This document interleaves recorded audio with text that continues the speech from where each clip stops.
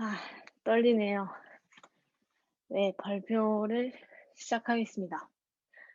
안녕하세요. AGSG 4기 권주입니다. 오늘 제가 가져온 빛의 주제는 EKS란 무엇이고, 다른 컨테이너 기반 서비스와 어떤 점이 다른지 ECS와 비교해서 설명드리겠습니다. 우선 저를 소개하겠습니다. 이거 채팅 켜놓으면 안 되겠네요. 네, 저는 경희대학교 컴퓨터공학과 4학년에 재학 중인 권주희입니다. 현재 카카오 블록체인 TF에서 백엔드 엔지니어로 근무 중이고요. 주 스택은 장고, DRF, 코어나 익스프레스 같은 노드 서버 쪽입니다. 요즘 도커와 쿠버네티스를 열심히 공부하고 있고, 그래서 쿠버네티스와 관련된 서비스를 빅체 주제로 선정하게 되었습니다. 목차를 소개하자면 EKS의 간략한 소개, 쿠버네티스의 개념 설명, EKS 환경 구성과 ECS와의 비교 분석 순으로 이론 설명 후 간단히 실습으로 발표를 마무리하겠습니다. EKS란 엘라스틱 쿠버네티스 서비스의 약자로 AWS에서 제공하는 컨테이너 기반의 서비스입니다. AWS에서는 EKS를 다음과 같이 설명하고 있어요. 자체 쿠버네티스 컨트롤 플레인이나 작업자 노드를 설치 및 운영할 필요 없이 AWS에서 쿠버네티스를 손쉽게 실행할 수 있도록 지원하는 관리형 서비스입니다. 말이 좀 어렵죠? 우선 쿠버네티스를 모르시는 분들을 위해서 잠깐 쿠버네티스에 대해 먼저 설명하고 다시 EKS를 살펴보겠습니다. 쿠버네티스란 대규모 컨테이너화된 어플리케이션을 배포, 확장, 관리하는 데 사용할 수 있는 오픈소스 소프트웨어입니다. 쿠버네티스로 서비스를 제공할 때는 보통 YAML 파일 기반으로 특정 파드들의 네트워크나 포트, 서비스명 등을 정의하고 각 파드들 간의 통신을 세팅하여 컨테이너 서비스를 구축하게 됩니다. 쿠버네티스를 사용하면 서버의 리소스 부족으로 인해 서비스를 확장하거나 배포를 할 때에 별도의 수동 프로세스가 필요하지 않아요. 한 가지 예시로 오토스케일러를 설명드리자면 특정 매트릭의 리소스 지표들이 임계점을 지나면 파드의 수를 늘려서 스케일링하는 호리존털 포드 스케일러, 나 이제 파드의 리소스를 CPU 및 메모리를 자동으로 조정하여 어플리케이션의 크기를 적절히 조절하는 vertical 파드 오토스케일러 이렇게 두 가지가 존재합니다. 이런 기능들처럼 컨테이너화된 어플리케이션을 관리할 수 있는 소프트웨어 중 하나가 쿠버네티스입니다. 대표적인 쿠버네티스의 특성은 다음과 같습니다. 어플리케이션 환경의 통일, 개발 환경과 운영 환경이 동일한 환경에서 어플리케이션의 구동을 보장하므로 어플리케이션의 환경의 통일성을 보장할 수 있습니다. 지속적인 상태 확인과 셀프 힐링. 쿠버네티스는 배포된 어플리케이션의 구성 요소들과 노드를 지속적으로 모니터링합니다. 컨테이너에 문제가 발생하거나 노드에 장애가 발생할 경우 자동으로 해당 어플리케이션 컨테이너를 문제가 없는 다른 적당한 노드로 스케줄링하여 다시 구동시켜 줍니다. 컨테이너 특성상 재구동이 매우 빠르게 이루어지며 별도의 모니터링 없이도 장애에 즉각적으로 대응할 수 있습니다. 다음은 예시로 설명드렸던 오토 스케일링입니다. 특정 컨테이너의 부하가 급격하게 발생할 경우에 쿠버네티스는 이를 모니터링하고 있다가 정해진 수준 이상으로 부하가 발생했을 때 자동으로 스케일 아웃하여 컨테이너를 늘려서 부하를 분산시켜 줍니다. 사용이 줄어 부하가 감소하면 이 역시 다시 이전 수준으로 감소시켜 줍니다. 이를 통해 급격한 부하 증가에 따른 장애를 방지할 수 있으며 스케일 아웃을 위해 미리 거대한 자원을 확보해 둘 필요가 없기 때문에 비용적인 측면 역시 많은 효과를 볼 수 있습니다. 이제 다시 EKS를 보면 EKS는 쿠버네티스를 손쉽게 실행할 수 있도록 지원하는 관리형 서비스라고 생각하시면 됩니다. EKS는 네이티브 및 업스트림 쿠버네티스 환경을 제공하는데 이는 GitHub에서 쿠버네티스 업스트림을 다운받고 이를 온프로미스에 설치했을 때 EKS API와 동일하게 운영됨을 보장하여 서비스를 제공한다는 뜻입니다. 또 다른 특성으로는 AWS 서비스와 간편하게 연동되어 마치 하나의 라이브러리를 사용하듯 사용이 가능하다는 점입니다. 쿠버네티스는 마스터 노드의 안정성을 위해서 보통 3카피 이상의 마스터 노드의 운영을 권장하고 있습니다. 그래서 AWS에서 운영되는 기본 쿠버네티스 설정은 다음과 같은 구조로 운영이 됩니다. 세대의 마스터 노드, 세대의 etcd, 세대의 가용량이 나누어져 있는 EC2 인스턴스들로 구성되어 있습니다. 쿠버네티스를 직접 운영하게 되면 인스턴스 정보, 인스턴스의 어플리케이션 정보, 컨테이너의 메타데이터나 정보들을 이제 직접 운영 관리해야 합니다. 만약 마스터 노드에 문제가 생기면 평소 마스터 노드나 etcd를 백업하고 스냅샷을 찍고 관리하다가 문제가 발생했을 때 정상적인 인스턴스로 교체하는 작업이 필요하죠. 또한 클러스터 확장 시 마스터 노드 확장 또는 스케일업 아웃의 구조를 직접 만들어야 하는 작업들이 있습니다.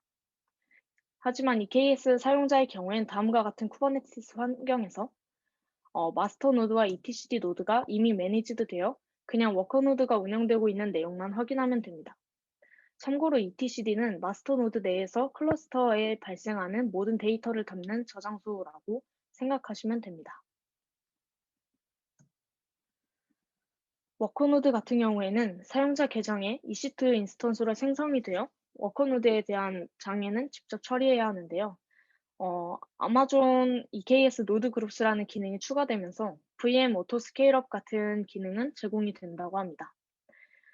그러면 클러스터 오토 스케일러를 설치해주지 않아도 되는가라는 의문이 생길 수 있는데, 현재 인스턴스 자체는 자동으로 스케일 아웃이 되지만 내부적으로는 클러스터가 이중화가 되지 않아서 클러스터 오토 스케일러 역시 따로 세팅을 해주어야 한다고 합니다. EKS는 클러스터 생성 시 하나의 단위 엔드포인트, 즉 마스터 엔드포인트가 생성되는데요. 마스터 엔드포인트는 3개의 가용 영역이 펼쳐지고 이 가용 영역에서 워커 노드들이 분산되어 배포됩니다. 사용자는 kubectl을 통해 컨테이너들을 운영하고 관리하실 수 있습니다. 그러면 이제 ECS와 같은 다른 컨테이너 기반 서비스와 EKS가 어떤 점이 다른지 궁금해하시는 분들이 있을 것 같아서 준비해봤는데요. ECS란 도커 컨테이너를 기반으로 한 어플리케이션을 운영하고 스케일링하기 위해 개발된 AWS 서비스입니다. ECS 역시 EKS처럼 스케일러블하고 고가용성과 보안을 제공하며 ELB나 VPC, IAM과 같은 다른 AWS 서비스와도 잘 연동이 됩니다.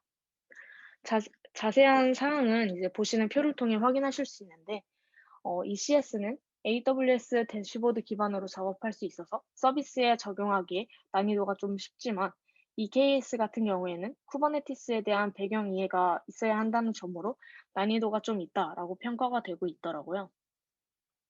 또 ECS는 컨테이너들을 태스크 단위로 부르고 EKS는 파드 단위로 부른다는 점이 다른 점이고요. 보통 이런 클라우드 서비스를 선택할 때 의사결정에서 가장 중요하게 작용되는 게 가격이라고 생각해요. 비용 측면에서는 ECS가 EKS보다 저렴합니다. 그 이유는 ECS는 이제 EC2 VM에 대해 추가 가격이 붙지 않고 사용하는 어플리케이션에 대한 AWS 리소스만큼의 금액만 지불하면 되는데, EKS 같은 경우에는 컨트롤 플레인이 여러 가용 영역에 실행되는 마스터 노드가 필요하기 때문에 새 카피 노드에 대한 가격이 이제 한 달에 $75가 붙는다고 합니다. 다음으로 실습을 진행하도록 하겠습니다. 사실 실습이라기보다는 환경 구성이 더 적합한 내용인데요. 네트워크 기본 구성과 이를 기반으로 EKS 클러스터 및 워커 노드 세팅 이렇게 두 가지로 구성되어 있습니다. 우선 VPC 생성할 때 고려해야 하는 상황들입니다. 외부 서비스를 고려해야 하기 때문에 2개 이상의 서로 다른 가용 영역에 존재하는 Public Private 서브넷이 존재해야 EKS 클러스터와 연동이 가능하고요. DNS 호스트 네임과 레졸루션이 모두 지원해야 합니다. 그렇지 않을 때에는 작업자 노드가 클러스터에 등록되지 않고 이제 AWS 콘솔에서 VPC가 다음과 같이 설정되어 있어야 이제 클러스터에 등록이 된다고 합니다. 이제 기본 세팅 같은 경우는 이전에 다름님께서 발표하신 빅첼 실습 내용과 유사한데 그 영상도 참고해 보시면 좋을 것 같아요. 빠르게 진행을 해보면 다음과 같이 VPC를 생성하고 인터넷 게이트웨이 생성 후 VPC와 연결합니다. 아까 말씀드렸듯이 총 2개 이상의 프라이베이트, 퍼블릭 서브넷을 생성해야 하는데 각 쌍들은 서로 다른 가용 영역에 존재해야 해요. 그게 아니면은 EKS 클러스터 구축을 할 때 서브넷을 제대로 붙일 수가 없고요. 어 이제 잠시만요. 다음으로 퍼블릭과 프라이베이트 설정을 하기 위해 라우팅 작업을 하기 전 프라이빗망이 인터넷 통신을 할 수 있도록 네트 게이트웨이를 구성해 줍니다. 네트 게이트웨이는 퍼블릭 IP가 필요하기 때문에 2개의 탄력적 IP를 할당받습니다. 다음과 같이 네트 게이트웨이를 설정하는데 인터넷망을 통해야 하기 때문에 퍼블릭에 위치해야 하고 각 가용 영역에 맞게 세팅하시면 됩니다. 다음으로 라우팅은 서브넷 단위로 줄 수 있기 때문에 서브넷 단위로 쪼개서 라우팅 테이블을 구성합니다. 총 4개의 라우팅 테이블이 만들어지는데요. 퍼블릭 서브넷의 경우 모든 대역대가 IGW를 향하게 하면 되고 프라이빗 서브넷의 경우 인터넷과 직접 통신하면 안 되기 때문에 네트 게이트웨이를 골라준 후 서브넷에 연결하면 됩니다. 그러면 다음과 같이 네트워크가 구성되고요. 이제 다음으로 EKS 클러스터 및 워커 노드 구축 및 세팅을 해보겠습니다. 아까 언급했다시피 VPC DNS 호스트 네임이 및 레졸루션이 활성화되어야 합니다.